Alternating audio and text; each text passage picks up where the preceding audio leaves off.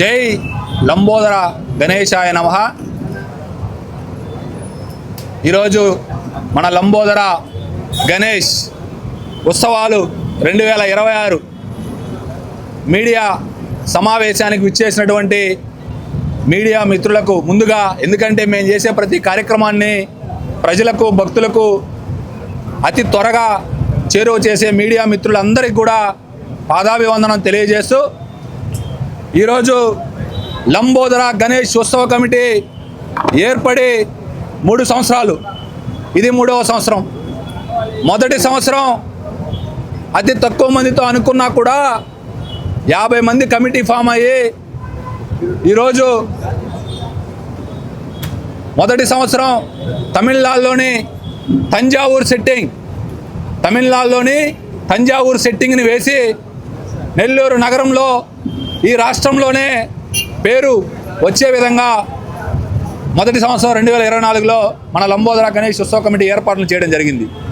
ఇక 2025 మీ అందరికీ తెలుసు, మహారాష్ట్ర పూణేలోని త్రిశూల్ గణపతి ఆలయం చరిత్ర, నెల్లూరు నగరంలో ఉన్నటువంటి ప్రజలకు 90% తెలియనటువంటి గుడిని నెల్లూరు నగరానికి తీసుకొని వచ్చి ఆ గుడి సెట్టింగ్ వేసి 3 తొండాల వినాయకుడు, నెమలి వాహనం, ఆ వినాయకుడిని తీసుకొని వచ్చి 2025 లంబోదర గణేష్ ఉత్సవాలు జరపడం జరిగింది.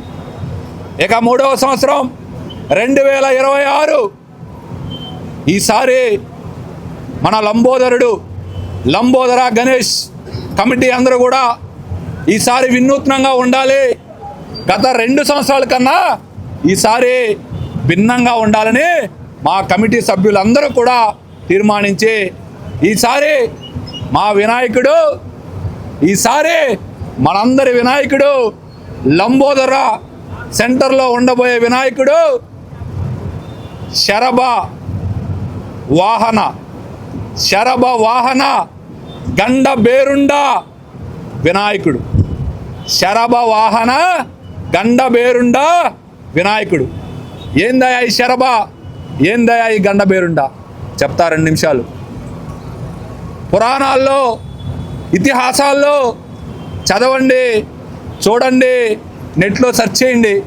చాలామందికి శరభ అవతారం తెలియదు. గండబేరుండ కొన్ని మనం గుడుల్లో చూసుంటాం, గండబేరుండ పక్షి అని చెప్పి ఉంటాం. పురాతనమైనటువంటి పురాణాల్లో ఉన్నటువంటి, ఇతిహాసాల్లో ఉన్నటువంటి గండబేరుండ